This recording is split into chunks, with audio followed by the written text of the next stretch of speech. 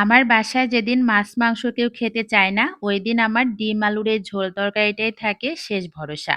আমি যেভাবে ডিম আলুর এই ঝোল তরকারিটা রান্না করি, এইভাবে রান্না করলে খেতে অনেক বেশি মজার হয়। তো ১ম এ একটা কড়াইয়ের মধ্যে দিয়ে দিচ্ছি পরিমাণ মতো সয়াবিন তেল। গরম তেলের মধ্যে দিয়ে দিব অল্প একটু মরিচের গুঁড়া, হলুদের গুঁড়া আর লবণ। তেলের মধ্যে অল্প একটু ভেজে নিয়ে এখন আগে থেকেই সেদ্ধ করে রাখা ৫ টা ডিম দিয়ে দিচ্ছি। ডিমটা আপনারা আপনাদের পরিবারের সদস্য সংখ্যা অনুযায়ী কমিয়ে বাড়িয়ে ব্যবহার করবেন। এখন তেলের মধ্যে ডিম হালকা করে ভেজে নিব। খুব বেশি কড়া করে ভাজলে ডিমগুলো রাবারি হয়ে যাবে, তখন কিন্তু খেতে ভালো লাগবে না। তাই হালকা করে ভেজে উঠিয়ে নিলাম। আর ওই তেলের মধ্যেই গোটা গরম মসলা আর একটা তেজপাতা দিয়ে অল্প একটু ভেজে নিচ্ছি। এরপরে দিয়ে দিচ্ছি এখানে ৩ টা মাঝারি সাইজের পেঁয়াজ কুচি। তেলের মধ্যে পেঁয়াজ হালকা একটু ভেজে নিয়ে এরপর দিয়ে দিচ্ছি ২ টা শুকনা মরিচ আর সাথে ৩ টে কাঁচামরিচ ফালি। আরও একটু ভেজে নিচ্ছি। এরপরে দিয়ে দিব আদা, রসুন, জিরা আর ধনিয়া বাটা। আমি একটু পানির মধ্যে দিয়ে মিক্সড করে নিয়েছি। এখন মসলাটা আরও একটু ভেজে নিয়ে অল্প একটু পানি মিশিয়ে দিব।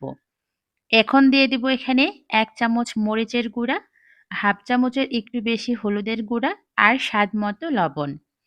মসলাটাকে এখন সময় নিয়ে কষিয়ে নিতে হবে। কষানো মসলার মধ্যে আগে থেকে সেদ্ধ করে রাখা আলু দিয়ে দিচ্ছি। খেয়াল করলে দেখতে পাবেন আলু কিন্তু আমি একবারে ম্যাশ করি নাই। হালকা একটু ভাঙা, ভাঙা করে রেখেছি। এখন মসলার সাথে আলু খুব ভালো করে কষিয়ে নেওয়ার পালা। আর মাঝখানে আমি আগে থেকে সেদ্ধ করে রাখা ডিমগুলো দিয়ে দিচ্ছি।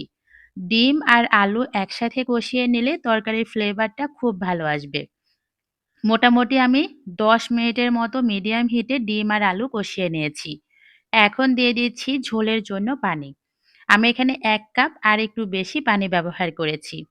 আর তরকারির মধ্যে থেকে তেজপাতা আর কিছু গরম মসলা আমি এখানে বাদ দিয়ে দিলাম।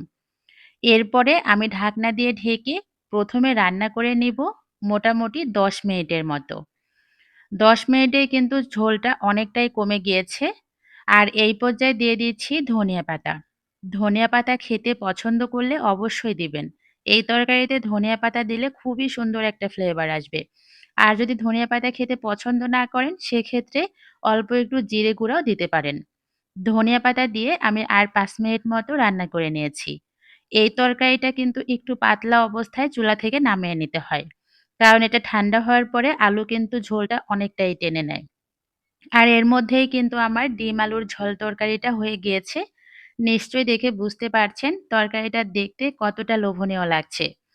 তো যারা ডিম খেতে পছন্দ করেন, তারা একদিন এভাবে ডিম আলুর ঝোল তরকারি রান্না করে খেয়ে দেখতে পারেন। এই তরকারিটা কিন্তু আমাদের নাটোরে অনেক জনপ্রিয় একটা খাবার। তো সবাই ভালো থাকবেন। আজকে চলে যাই। আল্লাহ হাফেজ।